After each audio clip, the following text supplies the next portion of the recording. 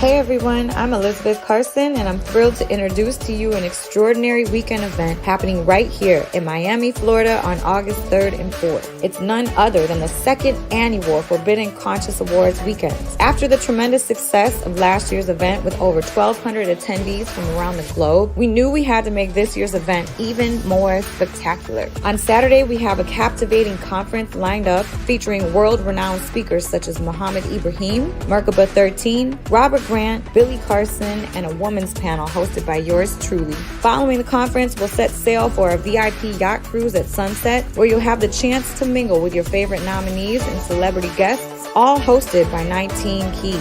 Sunday, August 4th, kicks off with a Forbidden Knowledge book publishing signing event, followed by the highly anticipated second annual Forbidden Conscious Awards. This is a red carpet affair, so come dressed to impress. Remember last year we surprised a lucky guest with an Audi A4 during the awards, and this year we're upping the ante with a chance to win a Mercedes-Benz. So make sure you secure your tickets early. This event is sure to sell out quickly. I cannot wait to see each and every one of you there for what promises to be an unforgettable weekend of education, inspiration, celebration, and glamour. Boxes, I cannot fit in the boxes.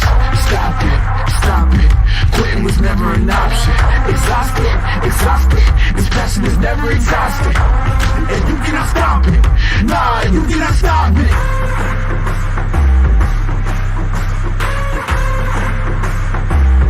Quitting was never an option. And you cannot stop it, nah, you cannot stop it. Hey everyone, this is Billy Carson. Welcome to another incredible episode of the Forbidden Knowledge Podcast. Today I have the amazing Jason Shurka, who is the president and owner of Unified. And today we're going to talk deep about some quantum healing.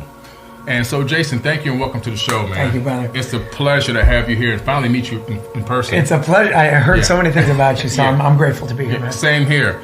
And if you could, just tell the people a little bit about yourself and who you are and how you got here. Yeah, there's a lot of points to touch upon, so I'll make it simple. But for anybody that does ever know any work that I do, I really have nothing to do with the work that I'm doing now from my past. So I come from a real estate background, business background, and to be honest, it just never really touched me. The money was there, it was great, but it wasn't enough on like the soul side of things.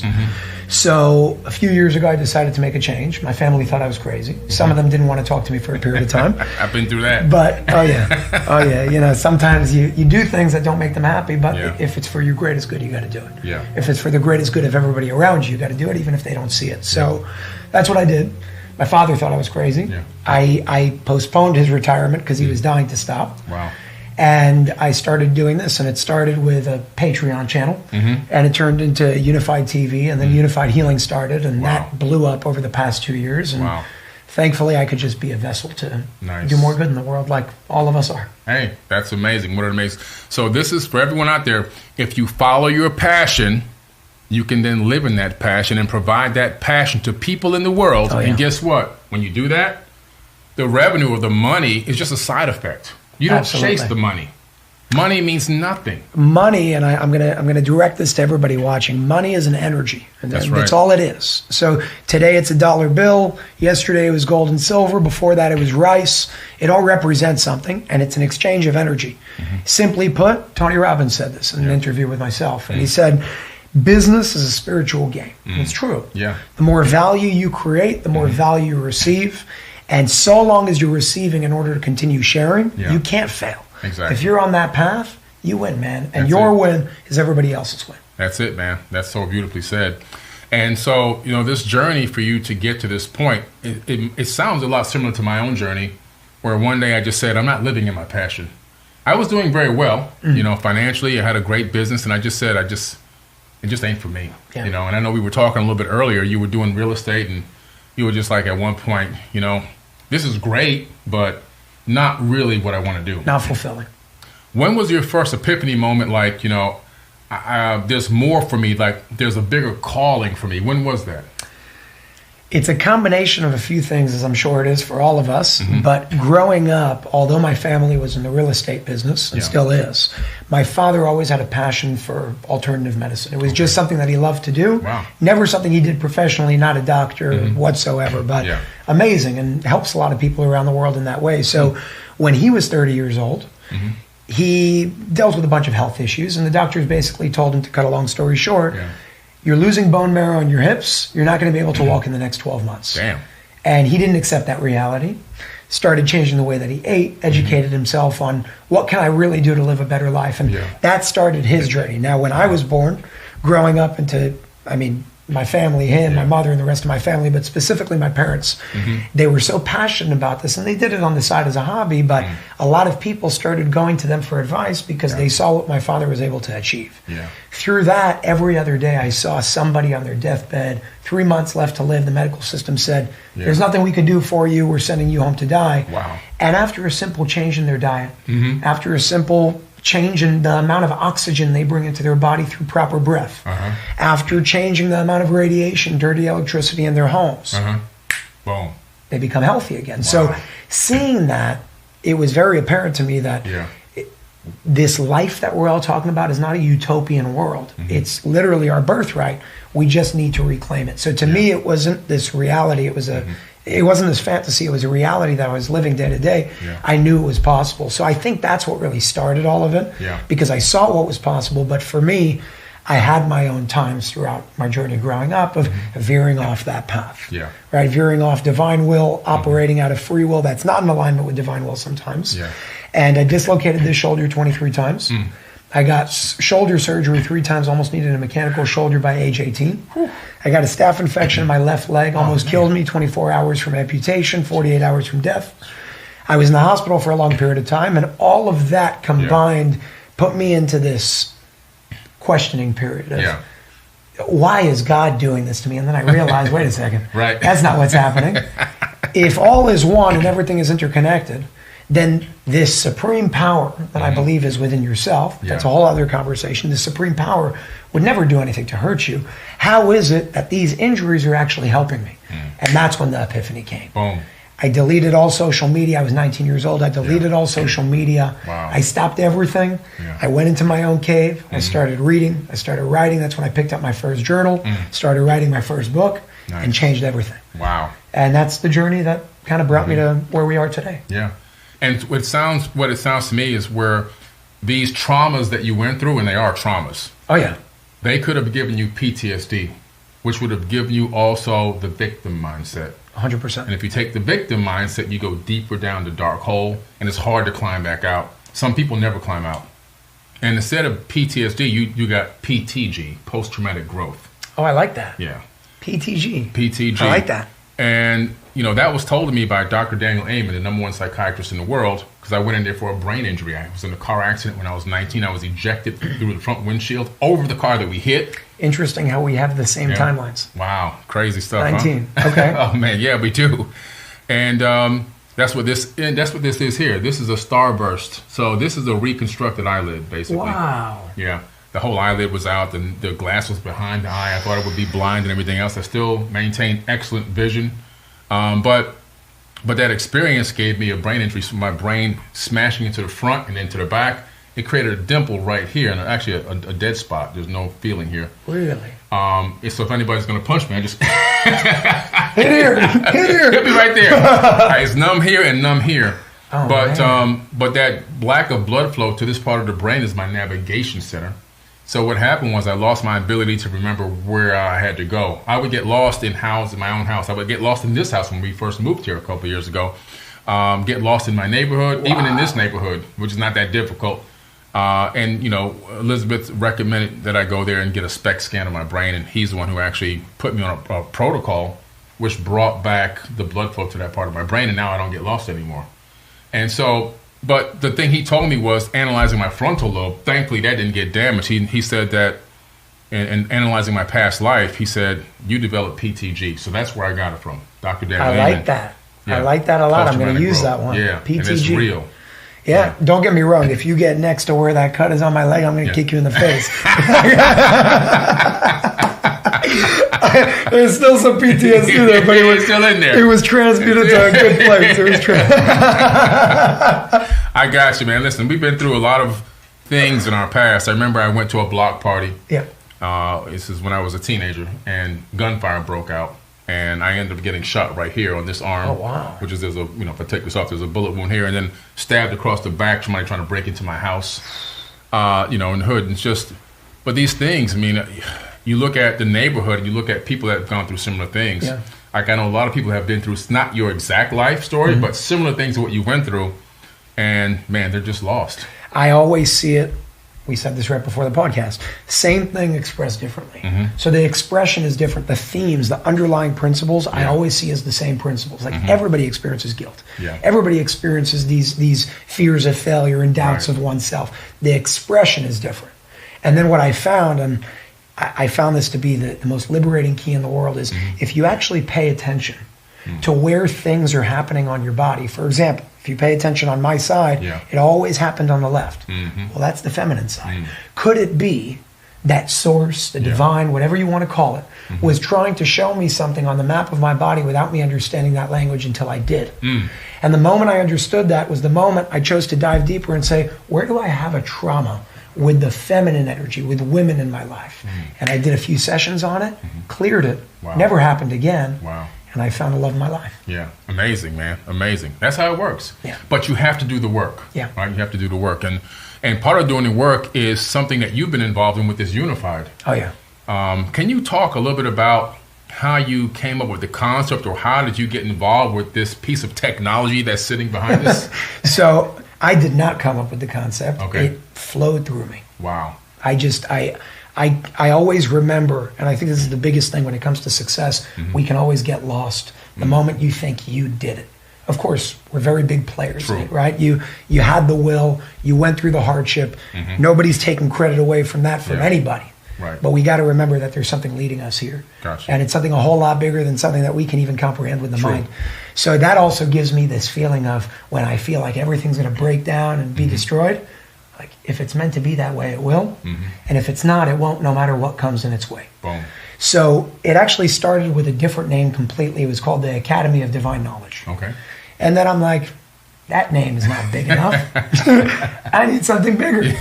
So I think Unified came on a Telegram chat where I was asking people, give me ideas for names. And somebody wrote something, and then Unified came up and it stuck. Nice. And it started with Unified TV, went to Unified Social, and then Unified Healing.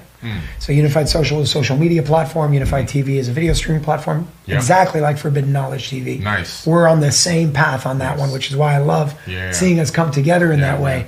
But Unified Healing threw me for a spin, because it really started with just a little backstory. My aunt, she had a 13.5 centimeter cystic fibroid in her uterus. Wow. Doctors told her, it might be cancer, it might be this, you got to get rid of it, you got to this, you got to that. Scared the hell out of her. And my family, of course, doesn't like going that route unless we have to. There's a place for Western medicine, not in the proportions that we're operating out of today, but there's a place for it. There's a place for it. Without antibiotics, I would not be alive from the staph infection. Exactly. There's definitely a place, we just need to change the ratios. Yeah. So before going the surgery route and all that, my family, in a very interesting series of events, heard about this energy enhancement system technology invented by Dr. Sandra Rose Michael. Never heard about it, never saw it, never experienced it. But my family was like, let's send our aunt, let's send her to this system. At the time, there were less than 20 around the world. This was 2 years ago. Wow. At the time, there were less than 20 around the world. One in Verona, New Jersey. My family lives in Long Island, New York. So we send her to this system in Verona, New Jersey, run by Jeffrey Lewis. And in 4 hours, she's back to herself.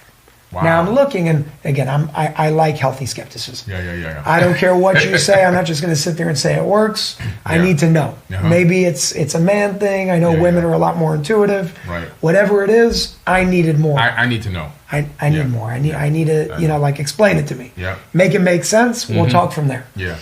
So at first I said, listen, beautiful. I'm very happy for her. I know that she's not lying to me. It's my aunt. Yeah. I'm not a paid actress, you know. Right. Yeah. So I thought placebo, power of thought, not to knock that down. That's the best medicine there is. But it still doesn't tell me that there's something objective with this technology, with the energy enhancement system. So God works in very interesting ways. 24 hours later, my sister's little toy poodle We find a 4-centimeter tumor on his neck. Wow.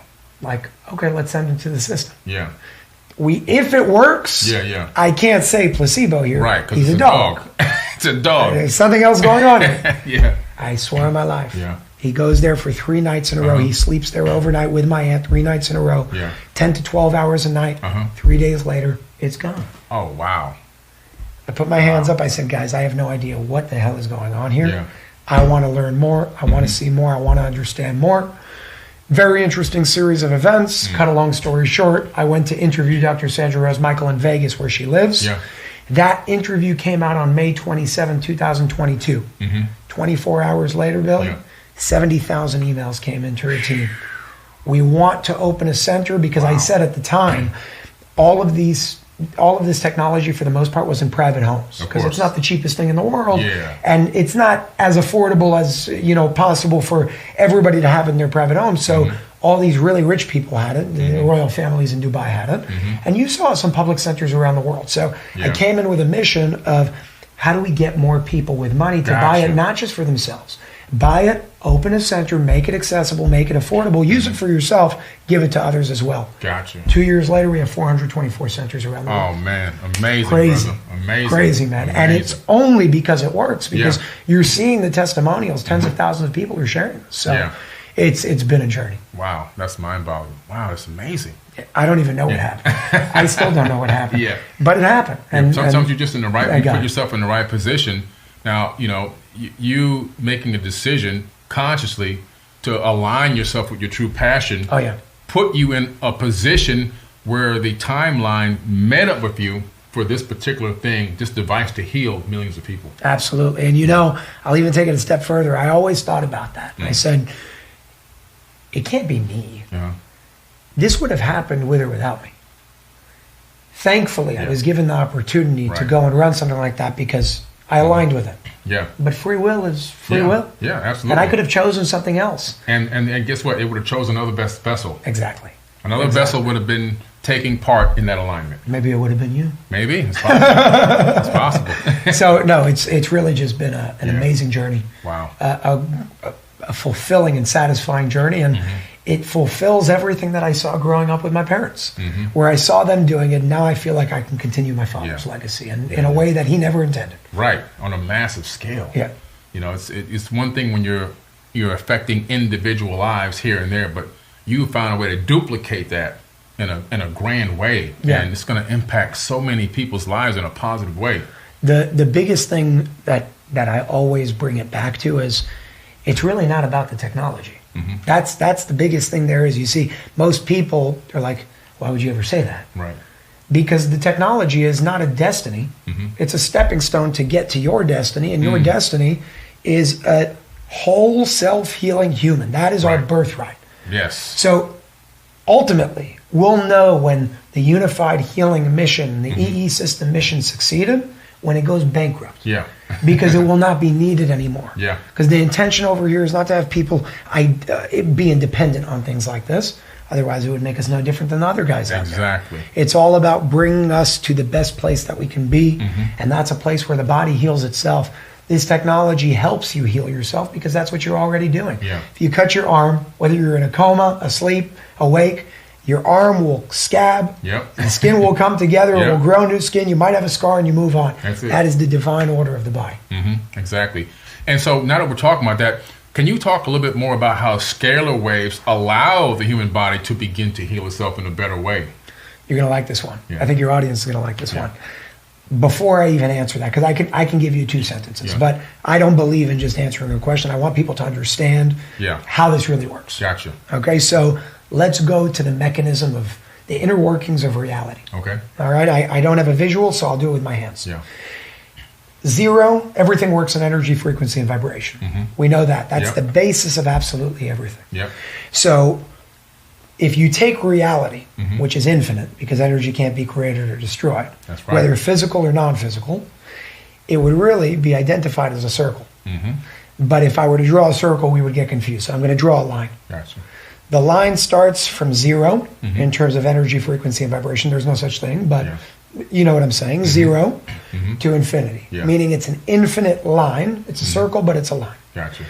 0 to infinity, in terms of that spectrum, is broken up by one thing in the human experience, and that thing is called the speed of light.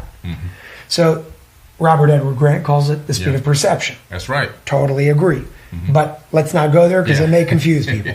So the speed of light, 186,000 miles per second, about 7 times around planet Earth every single second, very fast. Yep.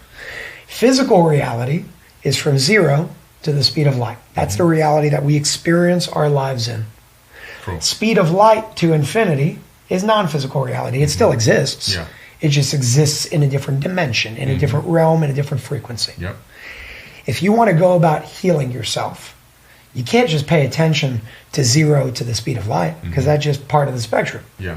You can't just pay attention to the speed of light to infinity, because that's a part of the spectrum. You got to pay attention to the entire spectrum Gotcha. if you want to heal on all sides of the equation, because us as human beings, although we're physical vessels, everything physical is made up of energy. Yep. If energy can't be created or destroyed, that means that we are literally infinite. That's right. So we need to take care of ourselves and acknowledge ourselves in that very way. When people refer to scalar energy or scalar waves, they're referring to the second part of the spectrum, faster than the speed of light. Gotcha. So Dr. Stephen Greer, he shares many times, he shared with me on an interview as well, he says, you know why extraterrestrial life cares when nuclear bombs, or if nuclear bombs go off on this planet, even though they're so far away? Because it's scalar weaponry. Because that burst, it's not just a physical burst and a physical impact. It's a scalar burst. And in the quantum world, with quantum entanglement, what I do here can impact something 10 trillion light years away. Facts. That's why you have instantaneous healing. When it comes to scalar waves, that's why there's scalar technology that's being used in that field right now. So the scalar side of the equation is just a piece of the equation. Behind this technology, you will see a black box. When you put it together, you might have seen a black box, 4 of them on the inside of that right cube. upstairs, Exactly. And that box, how do you create or access that field? Well, that's the toroidal field. How do we create a toroidal field? And the science is very simple. You take 2 identical electromagnetic fields, you align them precisely, and their merging point creates a toroidal field. Great. Wow. That's the science. Yeah. Over here, they just made it more stable. So they use 4 points instead of 2. Okay. Part of the technology from the speed of light to infinity is balancing that side of the equation by the creation of toroidal fields. Have you ever heard of the law of synchronization with your environment? Yeah. What happens when women spend enough time together? Oh man, they all synchronize their periods and everything else. and everything else. That's a big everything else. But we know that the period's not contagious. Right. They're not giving it from one woman to another. No. They're synchronizing with something in the environment. Exactly. So for anybody who's never heard of that, the law of synchronization with your environment basically tells us that the environment that you're in is the environment that you synchronize with. So in that same way, if I put ourselves around incoherent, distorted energetic fields, you'll synchronize with distortion in the body and experience disease. But if we put ourselves in a coherent toroidal field, you'll synchronize with energetic coherency, which literally creates an environment that develops or renders the ability for health. Health is energetic balance. Disease is energetic imbalance. That's it. That's it's as simple as that. So what it's doing on one side of the equation before we even get to the screens, because there are laws in here that we can apply to our individual lives. But when it comes to half, and a very important part of the technology, it's creating and accessing that scalar or quantum field to create a coherent energetic field so your body can synchronize with that. And that field, Billy, goes out 2.2 miles in every direction. Wow. That means your entire neighborhood here is experiencing some form of energetic balance through that toroidal field that this technology is creating in your home. Wow, incredible. And you know what? It makes absolute logical scientific sense. Yes, and I need that. No, it does. You know, for me, I need that because as I'm wrapping my mind around what you just explained, now it makes so much sense. And I think people need to hear that it's not woo-woo. No. It's based on real, I mean, you're talking about the second law of thermodynamics, right? This is real science. And I like how you use that correlation, how women synchronize. To make it make sense. It makes sense. It makes sense. We're synchronizing with this energy field. Now, I know that toroidal energy fields can have a direct effect on a person near you just coming out of your heart. Oh, yeah. Because I went to MIT, I took a class in applied neuroscience. And in that class, we learned that the heart extends out, the energy field from the heart extends out up to 10 to 15 feet. And in that field, some of the hormones in your body ride out on that field, cortisol, for example. Okay. So if somebody is in a bad low-frequency mind state or stress state, and their cortisol levels have spiked, and they come around you, their field entangles with your toroidal field, and then the cortisol rides down their field into your body and makes you more stressed. Crazy stuff. It's the same thing here. That's There's probably no why when difference. you're like around a depressed person, you feel bad. Exactly. Same idea. Exactly. And when somebody walks in, when they walk in, they light up the room. Yeah. That's real. It exists. This is working on the same exact principle. 100%. Because take the heart out and put this in where the heart is. This is creating a coherent toroidal energy field that's syncing with your own field, and you're wrapped within this field. It's now realigning everything energetically. That's why I say this is a stepping stone. Yeah. You are the technology. Right. Everything this does, it's based on fundamental laws of creation. Mm-hmm. You are creation. We are all creation. Yeah. We're built on those fundamental laws. So it's like in the world right now, Mm-hmm. I don't like taking supplements, but when they spray our skies and block the sun, you might need some vitamin D. Yeah, damn right. Doesn't mean you're going to need it forever. Mm-hmm. Let's fix that problem. We can solve a whole lot of things. Mm-hmm. But in the meantime, so long as we're living in the world that we're living in right now, it's okay to have stepping stones along the way. And that's what made me okay with it. Because in the beginning, I'm the opposite of being okay with a disempowered reality. I hate it. Yeah. If somebody ever led me to a place of believe in this thing outside of yourself, it pisses me off. Right. It like really, really annoys me and pisses me off. I'm like, what the hell did you just say? I'm not doing that. Yeah. That's the opposite of what we need to be doing. Yeah. So at first when I saw it, I'm like, it looks like it's something outside of me. How do we do that? Mm-hmm. But then I understood that this thing is not actually doing anything for you. Right. You're doing it for you. You're doing it for you. It's just helping you and assisting you, just like the vitamin D supplement. It's no different. No It different. just does it on a different scale with different frequencies and so on and so forth. But, you know, when it comes to health and disease, for example, I want to simplify something even further because I want everybody to that's watching this right now to really leave, you know, what you're watching here with actual tools and applications to walk away with, not just philosophy, not just the energy enhancement system, but actual ways that you can measure the difference in your own body, in your own entity, in your own being between health versus disease. So 3 different facets, and there's a million, but we're going to choose 3 to make it simple. Yeah.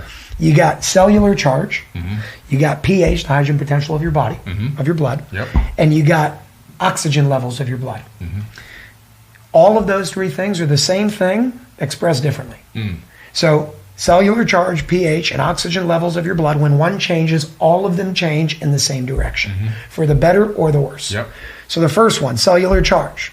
Where does health actually begin? Health begins within your cells. That's right. You got your mitochondria, the powerhouse of your cell. If we're electrical beings, you need electricity. You need it. In order to operate. That's why taking salt is so good, because it conducts that electricity and moves water throughout the body. Exactly. Water is also conducive of electricity. So when it comes to your cellular charge, there are charts on this that anybody can look up at home. But if you have, just to make it simple without all the numbers, if you have electrical deficiency in your cells, your body will not operate the right way. Facts. And you'll experience dis-ease. Dis-ease just means energy is not moving the right way. You then experience obstructions. You then experience a physical ailment that's expressed in your body. Yep. The opposite of that is if you have electrical optimization or sufficiency in your body, then you'll experience ease, otherwise known as health. Yep. Now, what this does, by the way, is it's working to charge your cells. Why? Because it emits an electrical charge that through the law of synchronization with your environment, when you spend enough time around, your cells will increase their cellular millivoltage, it's called, and you'll have a lot more electricity and energy to operate the way that the body is intended to. Right. pH. pH is derived from voltage. So electrical deficiency is called acidic. Electrical sufficiency is optimized, And too much, where it will kill you, is called alkaline. Alkaline. On either sides of the equation, you have a problem. It's all about getting to that 7.2, 7.4. You got to be in the balance. That's you got to be in the balance. But the reason why everybody is so used to, alkaline foods and alkaline water, and it's so great, is because when you're acidic, you're going to need to bend the tree the opposite way in order to come back to reoptimization, in order to come back right in the middle. So, again, acidity is electrical deficiency. Alkalinity, or pH optimization, is electrical sufficiency. Yeah. Now, oxygen levels. Here's an interesting one. Have you ever heard of Dr. Otto Warburg? No. He won the Nobel Prize. Wow. I think it was in the early 1900s, if I'm not mistaken. Maybe late 1800s, early 1900s. Sometime about 100 years ago. Won the Nobel Prize for proving when you deprive a single cell of 35% of its oxygen for 48 hours, the cell becomes cancerous. Wow. I'm going to repeat that again for anybody that missed it. Deprive a single cell of 35% of its oxygen for 48 hours, that cell becomes cancerous. What that means is oxygen deficiency creates an environment of disease. Oxygen sufficiency creates an environment of health, and we know that. When you go below 90%, you're in critical condition. You want to be 98, 99%, 100%, you're in a great place when it comes to oxygen. Exactly. Now here's the kicker. Well, there's two. When you have deficient electrical charge, you also have low pH and low oxygen levels. When you have sufficient oxygen levels, you also have sufficient pH and sufficient electrical charge. You don't need to know how to measure your electrical charge. pH strips are 2 pennies a strip on Amazon. True. If you know the pH of your body, it will give you direct insight for 2 pennies of understanding where you're at with your electrical charge and your oxygen levels in your body. For $14, you can buy one of those things that go on your finger, and it will measure the oxygen levels in your blood. Yeah, I do mine through the Oura Ring. It's super cool. Yeah. It's super cool, and it shows you exactly where you're at. So what is actually being said here? And here's the paradigm shift for it all. Here's how we can actually reclaim our power. Most people, when they're dealing with ailments, diseases, whatever it may be, the first question that we're taught to ask is, how do I kill it? It's not what we should be asking. Right. What we should be focusing on is, how do we change the environment so it can no longer exist? Exactly. You see, you take cancer, it can only exist in acidic environments. It can only exist in electrical deficiency. It can only exist in low oxygen levels. Instead of saying, how do I kill it?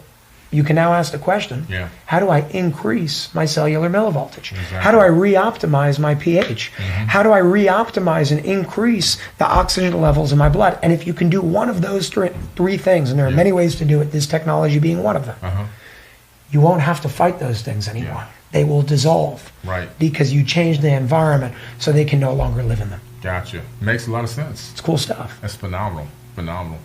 And so we're, it's the same thing. I mean, the world this is a fractal universe. Yes. Which is my next book, by the way, Fractal Holograph Universe. I love it.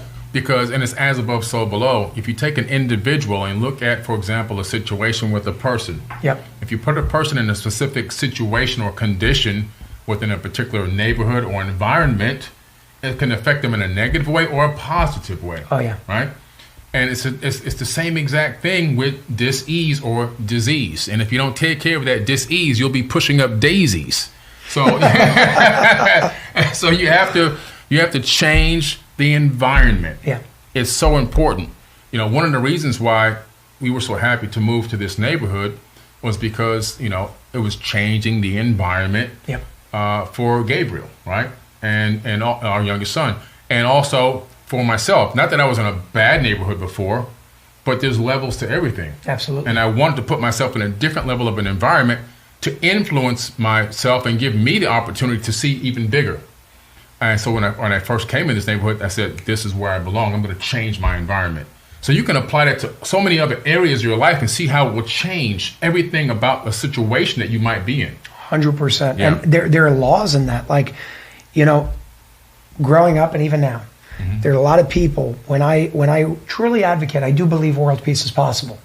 Say, Jason, you're naive. There's no way. And I think there is a way. As a matter of fact, fundamentally, there is a way. And you can prove it. If the law of synchronization with your environment is true, look at the world around you. Right now, we're tuned into a collective resonance of war. of divisive consciousness. Facts. So we see, I don't care if that person doesn't have food on their table. I do. That's a problem. Imagine, the cell in your leg didn't care about the cell in your heart, or your heart didn't care about your liver. Right. And it said, it looks different than me. It speaks different than me. It does everything different, so I don't really care. Well, then you're not going to have a healthy body. Eventually, your whole body will become sick. Well, we're at that point right now on planet Earth. Yep. Now, if collective war is possible, why isn't collective peace possible? Exactly. Same thing. Same thing. Expressed differently. That's right. It's like it's so there.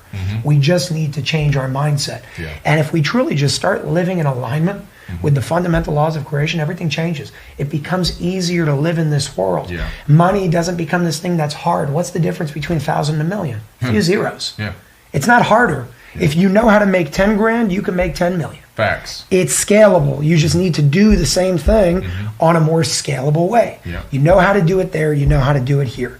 If peace is possible in Iceland, peace is possible in the rest of the world. Facts. If it happens one place, it can happen everywhere, Yeah. for the better or for the worse. That's facts. And when I see one person that can overcome a death sentence of 3 months using this technology or anything else that they're doing, Man. if it's possible in their life, it's possible in all of our lives. That's right.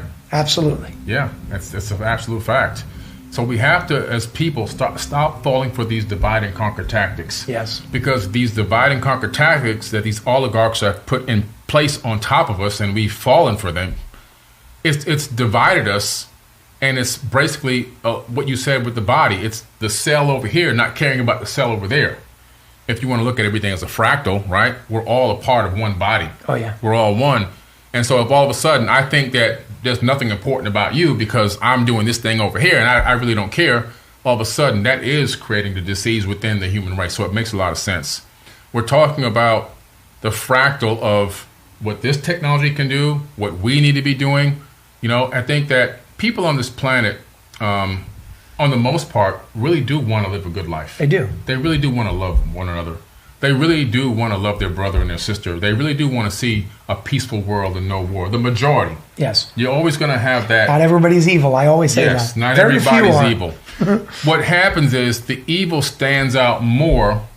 As you can see it more. You can smell it more. You can feel it more than anything else. For example, your whole body can be completely healthy. And you can have a 2-centimeter tumor. Yep. And man, you're going to be worried like you wouldn't believe. But the rest of the body's healthy. And now, because of that worrying, now that tumor's growing. The stress is creating an environment for it to even prosper even more in some cases. And so, but we as people have to realize that the majority of people, I honestly believe deep down at their core, without the influences from TV and media, they're good. They want to be good at least. I agree. They want to be. I agree. And so, we have to continue to push the narrative that the separation syndrome and the divide and conquer tactics and all the things that they do to confuse us and get us fighting each other are wrong, and that we're here to help, heal, and teach and love one another. But what's interesting with that? Take the interconnectivity of all.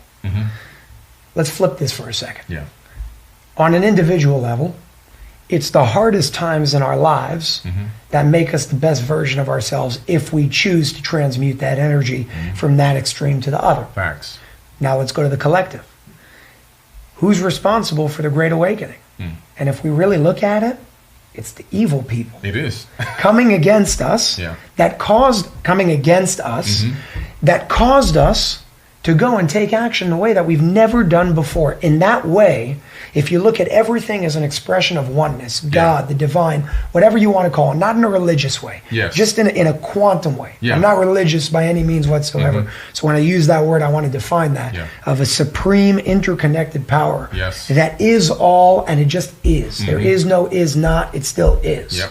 There's no opposite to that divine thing. spark is there. Exactly. Yeah. So if you look at everything, existence, all that is, and as an expression of that, then just like the realization with my shoulder and my leg, how is it that this could actually be helping me?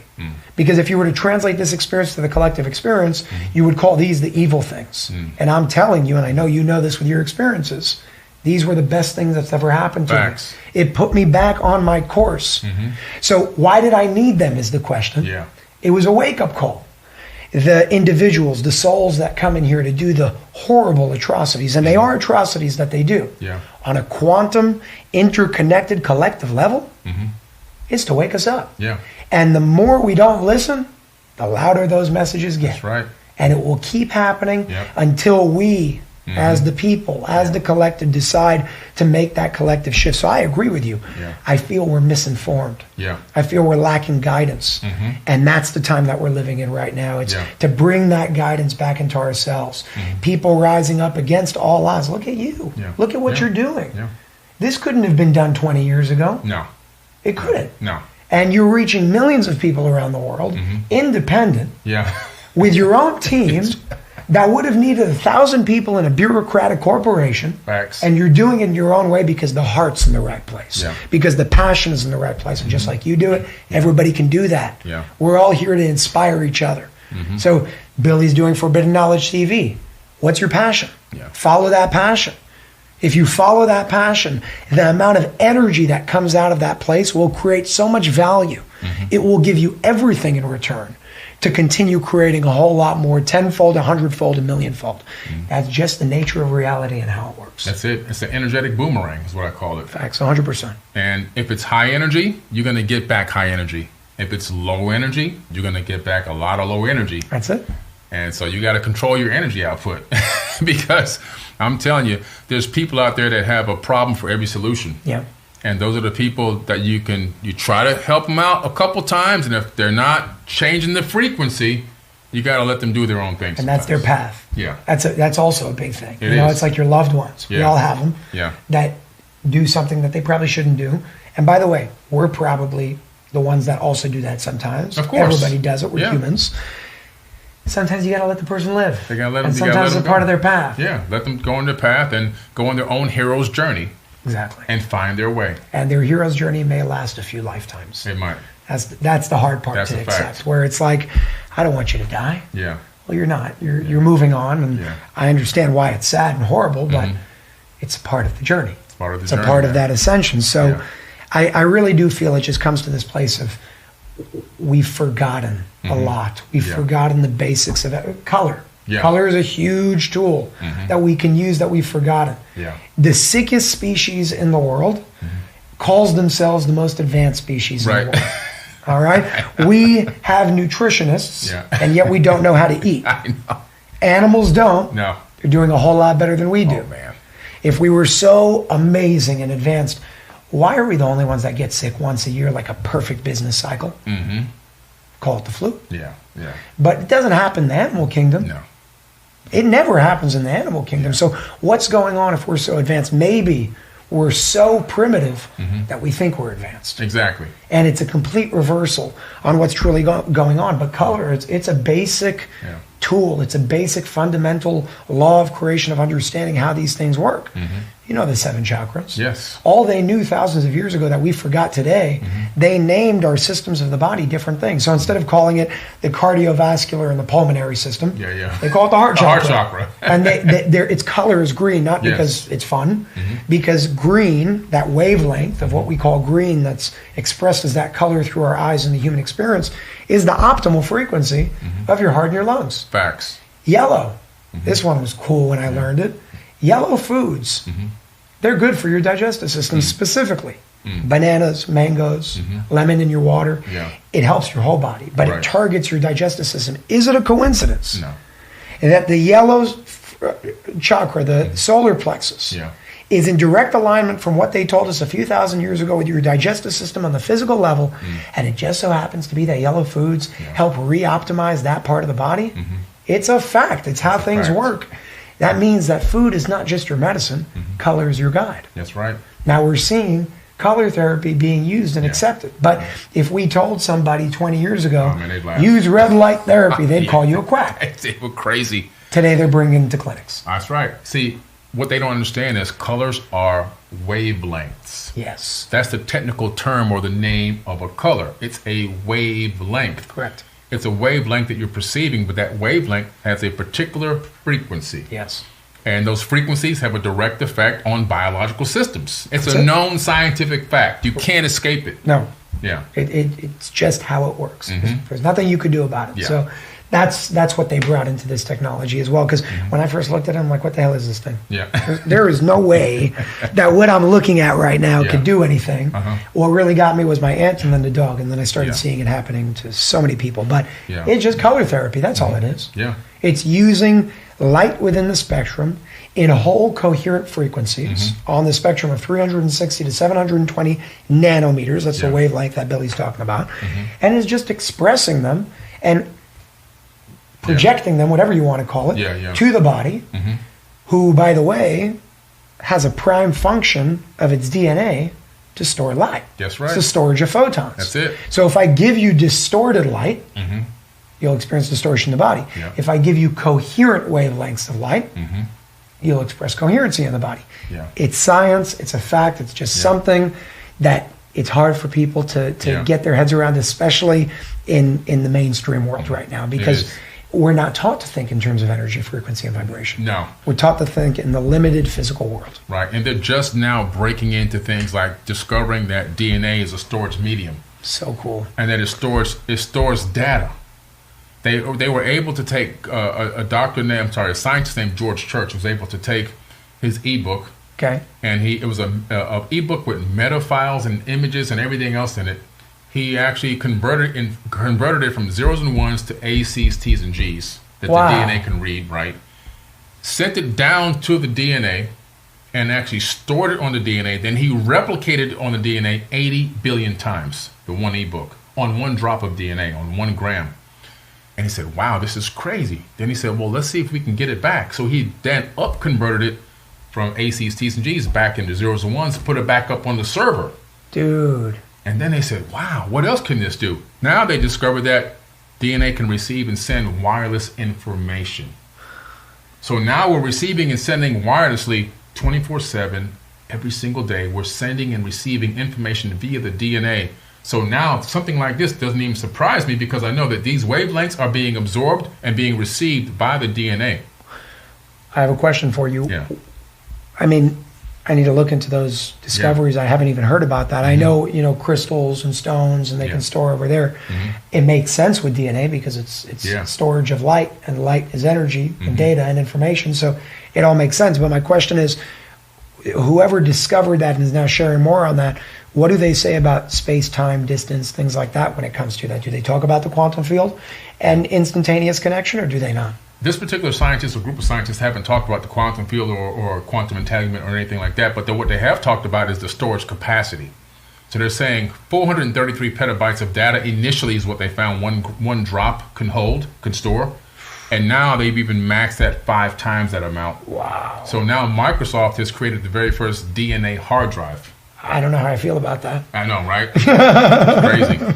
But this is where it leads us to. It leads us into the quantum realm because the biggest thing that's been holding us back from teleporting biological material is storage space. They've teleported molecules from Earth all the way to the space station and back again. Really? Oh yeah, we've done that already. And now, but how can we get more complex structures into teleportation? We don't have the storage capacity. But now guess what? With DNA hard drives, now we do. They discovered that enough DNA to fit in this phone would be able to store almost the entire world's genome. You're talking about every single person and the location and the spin rate of their atoms. It's an immense storage capacity. One human body, they're saying now, with your DNA, could store 13.5 billion years of data. So that's crazy. You know what that it always brings me to this idea of technology. It got a bad rep, especially over the past few years. Everybody's like, it's bad. It really isn't. Yeah. It's only bad because certain individuals are not using it with it's the proper application of awareness. technology. Yeah, and again, when I first saw this, and when I see technology in general, my first question today is, who built it? What level of awareness are they at? How do they live their lives? Exactly. And what did they build it based on? Now, that doesn't mean that everybody who created the iPhone is evil. That's not what I'm saying at all. Yeah. But it could mean that they were uninformed Sure. to the laws of energy, frequency, and vibration. Because now you can have a phone that may do damage to the body, Right. not because they're evil frequencies, but because they're not compatible with the body. So imagine what we can do. I mean, what do you think the world's going to look like in 20, 30 years if we align ourselves with that newfound awareness? If we align ourselves with the right awareness and the right understanding, you will see a utopia on this planet, okay? The world itself, for example, robotics and AI, are they bad? It depends on the programmer, because it's just a fractal of the programmer's consciousness. If now AI is taking on the mind of enlightened beings and learning from us, which is why I upload information I upload conscious information into AI every single day. It's got all my books, any PDFs I could find. I'm sending it consistent information. You're flooding it with the proper reflection you want to see. Exactly. Makes sense? Instead of sitting back and complaining about it, I'm putting in it whatever I can that's going to help it learn, at least from my perspective, because it already has their perspective, right? But you'll see that these systems will be developed to bear the load or the workload of mankind, but a different economic system will be put in place to remove the financial burden of mankind. See, right now we have the opposite. We have the robotics and the AI coming in to take all of our jobs, but we have no economic system. What do you think that will look like? Well, that would look like more like if you ever watched Star Trek. You know I haven't. Yeah? Oh, wow. I have to watch it. Everybody's like, you got to watch Star. I haven't seen it. They have an economic system based on freedom of will. If you want to work, you can work. If you don't want to work, you don't have to work. You can pursue your passions. Okay. The passion for some people is the job. The job doesn't pay any money. All those spaceship people, all those people flying around, saving the universe and the galaxy, they don't get a paycheck. There's no money. They're doing it out of their pure love and passion for what they living? Do. Everyone is on a system where they're given everything that they need. They have replicators. So there's no more grocery shopping. There's no more farming, for example, right? With the exception of probably some exotic place to get some fresh fruits. But everything is replicated. There's no need to have a grocery store. There's no need to go to Best Buy and buy electronics. You just say, make me this, and it pops out of a machine. So there's no real need for industry. The industry is in a box at your house that you just talk to it and it pops right out. And so by that means, there's no real industry, which means that there's no need for all these jobs. You know, the world that you're talking about, and I always speak about this, it's a centralized world. Not a bad thing. But right now, there's so many people against centralization and for decentralization for obvious reasons. If you have a cancer in the body, you're going to want to get that part out before you unify the whole body. Of course. But I do believe that ultimately an enlightened society is one without borders, is one without passports. I don't know why. It's the stupidest thing I've ever seen. Craziest thing I've seen. Invisible lines. Is one without, individual money and all. It doesn't make sense. But at the same time, some people may hear that and say, you sound like the globalists. Right. Well, completely different intention. Because, doesn't it make sense if we're all one? We have to live like that. Right now we're living in such a divided world, and like you said with AI, it's all a reflection of itself, which basically means that so long as we hold a collective resonance of greed and corruption and war, AI will lead to what happened in Atlantis. It will do it. Self-destruction. Right now, they just launched the very first AI dogfight with fighter jets. What? Yeah, no, this was real life. I just posted the news article on my blog about a week ago. They built a fighter jet. It's all AI. It flies on its own. It goes on its own missions. And it was in an actual real dogfight as a test, its first real test. And that's on the cloud grid or whatever they connect these fighter jets to. But at what point does this thing say, I'll go on my own mission now and override whatever protocols they put on it? How are you going to stop this thing? Yeah, even if you wanted to control it from behind the scenes to do something, you could do that as well in a negative way. But take the nuclear bomb. The nuclear bomb, when it was created, it was basically, it's built on energy cannot be created or destroyed. And you can tap into, in a very, very small amount of matter, a large mass of energy. That's exactly what they did. And instead of using that to create free energy, they went and weaponized it. It's a reflection of us. And it's so like, what are you doing? And you see some of these books that just got sitting here. This book of Enoch, right? Yep. I just did a whole podcast on this the other night. Enoch is highly revered in the Bible, but he's not in the Bible. His book is not in the Bible, but he's mentioned in there. But his book, why is this book not in there? Well, when you read the book of Enoch, you discover that these beings came to earth and taught people how to make weapons of war, and then taught us how to fight and kill each other. You know, in Hebrew, they call it Bnei Enosh, which is Enoch. Mm-hmm. Enoshut means humanity in Hebrew. What connection do you make of that? Well, you know, I think it's all going back to these texts and tablets where they're just, the further back you go, the older the stories are. We at some point were taught. In other words, in this book, you discover that they teach us how to get the ore, the steel, and you know, actually make smoked steel and make swords. We didn't have the technology. We didn't know anything about it. We had rudimentary weapons, but nothing on the level of this, and the shields that they taught us how to make. And then after that, you go into the book of Deuteronomy. Now the commandments have gone out to go to these different towns around the area and start killing people. This is under the order of the Creator, supposedly, but it's not the real Creator. I believe God exists, and I don't think God was the one that authored these killings, to be honest with you. I think a man wrote that. But we were engaged in a way that we were taught how to make weapons of war, how to take any access to anything technological or any new advancements and turn that into war material. And this warring mentality had been brewed into us from thousands of years ago. And you can still see the effects of it today. That is a severe mental illness that we're all suffering from right now on this planet. Big time. This planet is full of 8 billion mentally ill people, not in a negative way. It's true. It's an insane asylum. It's true. We have a lot of work to do on ourselves. Oh, yeah. Like so much work, because at our core, in our RNA, passed down from generations, we know epigenetic memories through real genetic science.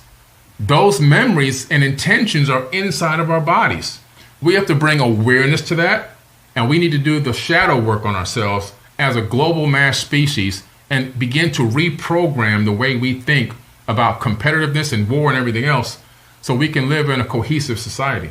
I totally agree. I think even with, you know, books like that, let's go to the Old Testament, for example, right? The Torah, they call it in Hebrew. So there are so many people that they're reading it. And I went to a Jewish high school and I got kicked out of every Judaic class because I'm hearing what these people are saying. And with all due respect to them, if you're 4 years old and your father is 40 years old and your father tells you something and you know the words that are coming out of his mouth, it does not mean you understand exactly what he meant by those words. So if the book was written at this level of awareness, but you're at this level of awareness when you read it, the way you understand and interpret the book will be completely different. Yes. And that's what I'm seeing around the world right now, where it's like we're so arrogant to think that we understand what it means. I'm at least willing to say I have no idea what that actually means. But, you know, you can't sit there and tell me, it says you got to kill gay people, you got to kill gay. You don't know what that means, and it doesn't say that. It says it in different ways. So we gotta just change our level of awareness to understand it in a completely different way. And the only way to do that is to rise at least closer, maybe not to that level, but closer to the awareness of whatever being or entity or whatever it was that wrote something to understand or dictated or inspired. Right. Because it was written by a man. Now the question is, was it written by him with no inspiration or written by him with inspiration? If he was a man, could there have been limitations within that man to not understand the exact way of writing that thing down? You never know. A lot of factors. A lot of factors. Which is why we have to at some point say, you know what? I just want to love my brother. I just want to love my sister. That's all it comes down to. Can I treat you as good as you're treating me? Can I treat you the way that I want you to treat me? Yes. And can you reciprocate that to me? That's it. If we did that, I mean, it makes all these books, you could take them, you don't need them. Throw them in the trash. Yeah, just treat people right. That's it. And I think even on a quantum level, right? Like, for example, we have these microphones in front of us, right? Yeah. We call this man-made. But in actuality, it's nature manipulated. Yeah, it's stacked atoms. I'm so with you right now. Come on, man. No, you know what? Years ago, I went to Dubai. Yeah. And I'm a nature guy. I don't like that. Yeah. And I had to find a way of like, how can I be excited for this? Yeah. And exactly what you were saying just now is what I realized. I'm on the plane. I'm like, oh my God. The buildings are actually made of the same elements that everything else is made of. Exactly. And in a way, although I may not like it, it's an art. It's that art. man figured out in a way to put in this way and build X, Y. Exactly. It's all nature. It's just further from It's all nature, just stacked atoms. Oh, yeah. Now, what's interesting about these atoms that are stacked in the buildings in Dubai and everywhere else, in this table and so forth, is the electrons that orbit those atoms are conscious. And we know this through the double slit experiment in quantum physics. They can make a decision to be a wave of potentials or collapse themselves into solid bits of matter. Crazy. So if that's the case, then everything is conscious because all atoms are conscious. And so if you begin to see the world as everything is conscious, imagine raising a kid and teaching him that his book bag is conscious, his books are conscious, his clothing is conscious, his shoes are conscious, and you must respect conscious life. Imagine how that kid will be raised from the jump, treating and respecting his own or her own things. 100%. They begin to see the world in a whole different way. Everything they see, they begin to realize is part of nature. Yep. Even though it looks like it's inanimate, a rock is even conscious. 100%. See? And so from that perspective, if we can just teach that and get people to wrap their mind around that, we don't even need any books. Man, we'll just love. And love is the highest frequency. I think, again, it's a reflection of ourselves. Yeah. Have you ever looked up the criteria of life? The definition of the criteria of life is made up of like 5 different things. And I looked at it and I'm like, this is so stupid. This is the stupidest thing I've ever read in my, what the hell is that? Looking at what we just limited based on the awareness of only the physical world. Yeah. Yeah. But there's a common denominator between, as you're saying, the animate and the inanimate. That common denominator is life. Yes. Just life in a different form. Right. Just because it can't replicate on its own, well, maybe energetically, it is doing something on the atomic level. But, listen, I think it's all a matter of bringing us back to ourselves. Sure. The closer we come back to ourselves, the more we realize how we can heal ourselves. The more things like the energy enhancement system starts making sense. It just makes sense because it's all based off of creation. When you understand that language, you understand how to speak it, you understand how to recognize it, the way you see color changes, the way you understand toroidal fields change, the way you interact with people changes, the way that you speak, the way that you think, the way that you move, the things that you do, everything changes. True. And it's a very liberating way to live. But if you come from the other side, people will say, how do you live like that? Well, it's actually beautiful. Yeah, it's beautiful, it's man. beautiful. You really get to experience creation. And it's a beautiful way. It's a beautiful way. It's actually easier because the stress levels completely drop. I think it's so stressful to be angry and frustrated and pissed off and over competitive all the time. I tell people I'm just competing with myself. Every day, how can I be better than I was yesterday? 100%. That's it. That's it. People, you have your own TV network, I have my own TV network. I will promote your TV network in a heartbeat. Why? Because there's enough abundance for everyone. Facts. There's no lack of abundance. There's no lack. That's a big key there. This is good. This is good. I'm happy. I like this a lot. This consciousness of competition. Like, what are we doing? What are we doing? As a matter of fact, look at the biggest corporations out there right now. Okay? What do? They work together. They collaborate. Alrighty? That's why they're the biggest in the world. Because they work together. The one thing that, if we want to call it for practical purposes, evil, right? The darkness has that we have yet to figure out on a collective level is unity. Yes. It's because they work together that they've been able to take over the world. We have a lot to learn from them. Only instead of operating out of those intentions, we operate out of good, pure, aligned intentions to bring us to a better place. Facts. And in that way, you can't fail. Yeah, you can't. You can't fail. You set it up. Man, listen. In Star Wars, they have the Force. Okay. Right? The Jedi use the Force for good. The Empire uses the Force for evil. It's the same damn Force. Interesting. It's the same Force. It depends on how you wield that energy. A lot of messages in that movie. Yeah. Oh, a lot. I'm going to watch it. Yeah, man. You got to watch it. I'm going to watch it. It's powerful stuff. I'm going to watch it. Yeah. But yeah, this has been a great podcast, man. Is there anything else you want to add about the unified system or unified technology? Yeah, of course. So just in terms of, I would say my message to everybody, and I'll address this to you guys. I don't come from this world. And it was very hard for me to accept it because it never made sense. And I realized very quickly and that the only reason why it didn't make sense is because my awareness wasn't there to understand it.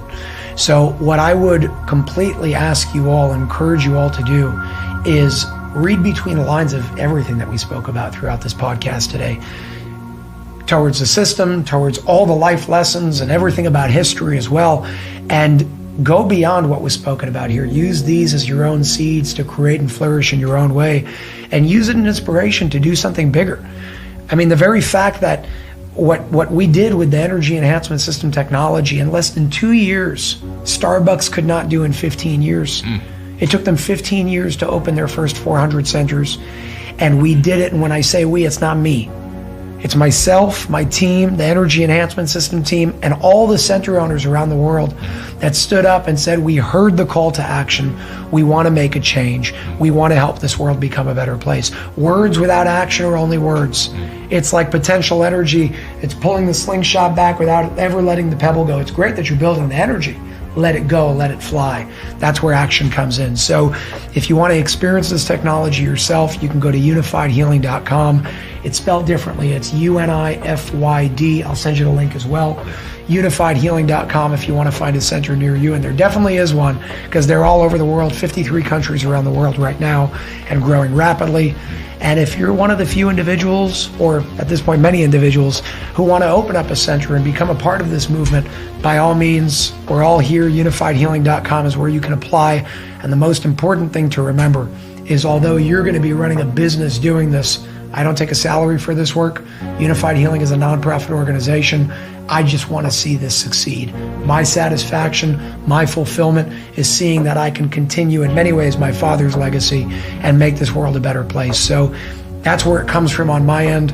I want to see everybody benefit from this. I've seen incredible stories. You can find those testimonials, video testimonials, yourself on unifiedhealing.com as well. And I look forward to hearing your feedback and hearing your testimonials. So yeah, Billy, I mean, thank you. And it's been a pleasure, bro. Fantastic. Really. Yeah. Unified Healing. All the links will be in the caption of this video or this audio. Make sure you click them and check it out, especially if you want to find out more about how you can put one of these amazing devices like I have in your home. All right. We'll catch you guys later. Peace. Peace out. Boxes, I cannot fit in the boxes. Stop it. Quitting was never an option. Exhausted. This passion is never exhausted. And you cannot stop it. Nah, you cannot stop it.